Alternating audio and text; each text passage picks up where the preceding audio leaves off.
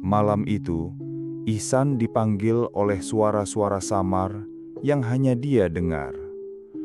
Suara yang memintanya untuk datang ke ruang bawah tanah, tempat yang katanya sudah lama ditutup, dan semua orang di rumah sakit takut untuk membicarakannya.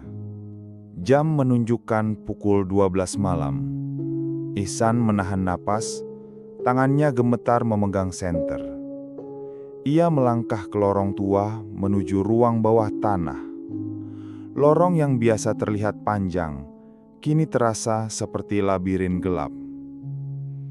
Di sepanjang jalan, terdengar suara langkah kecil, suara tawa anak, dan rintihan pelan dari sudut-sudut gelap. Lampu di atas kepala berkedip sporadis, menciptakan bayangan yang menari-nari di dinding. Saat Ihsan sampai di pintu ruang bawah tanah, ia melihat kunci sudah terlepas. Suasana di dalam gelap total, hanya bau karbol dan tanah basah yang menusuk hidungnya. Dengan senter di tangan, ia melangkah masuk. Di tengah ruangan, ia melihat keluarga misterius itu berdiri. Tapi kini bukan hanya menatap, mereka bergerak. Anak kecil itu melangkah maju, matanya merah dan meneteskan darah dari hidung. Sang ayah dan ibu berdiri di belakang. Tubuh mereka pucat, seperti mayat hidup. "Mas, akhirnya datang juga," kata anak itu. Suaranya tipis, tapi menusuk telinga. Ihsan hampir menjerit, tapi kakinya seakan menempel di lantai. Dari sudut lain, muncul seorang pasien perempuan berdiri di kursi roda yang sebelumnya terlihat di lorong. Tapi kini tubuhnya transparan, wajahnya menyeringai. "Kami nggak bisa pergi. Rumah sakit ini tempat kami tersiksa selamanya." Ihsan mulai panik, mundur pelan. Tapi langkahnya terhenti saat melihat catatan tua yang berserakan di lantai. Catatan itu menceritakan tentang eksperimen medis gelap yang pernah dilakukan rumah sakit puluhan tahun lalu.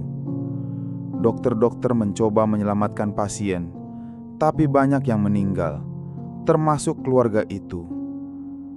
Anak kecilnya meninggal dengan cara tragis, dan roh mereka tidak pernah tenang.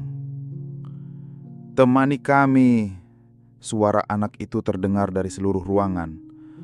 Lampu senter Ihsan berkedip terakhir kali, dan di gelap itu ia melihat semua sosok menatapnya, mengulurkan tangan, memanggil namanya. Tiba-tiba, cahaya lampu darurat menyala. Ruang bawah tanah kosong, hanya Ihsan yang tergeletak di lantai. Tubuh gemetar, jantung nyaris copot. Ia berhasil keluar dari ruang bawah tanah, tapi perasaan aneh tetap menyelimutinya. Lorong-lorong rumah sakit ini kini terasa hidup, seolah semua yang pernah meninggal masih mengawasinya. Ihsan tahu satu hal, rumah sakit tua ini tidak pernah melepaskan siapapun yang pernah masuk terlalu dalam. Begitulah akhir dari pengalaman Ihsan. Dia selamat dari malam paling mengerikan dalam hidupnya. Tapi rahasia rumah sakit tua ini tetap tersimpan, menunggu korban berikutnya. Kalau kalian pikir itu cuma cerita horor biasa, pikir lagi. Karena rumah sakit tua di Jawa Tengah itu mungkin ada di sekitar kalian, menunggu untuk dipanggil. Terima kasih telah mendengarkan cerita misteri ini sampai habis. Jangan lupa like, komen, dan subscribe channel ini agar kamu tidak ketinggalan cerita misteri lainnya. Selamat jumpa di kisah selanjutnya.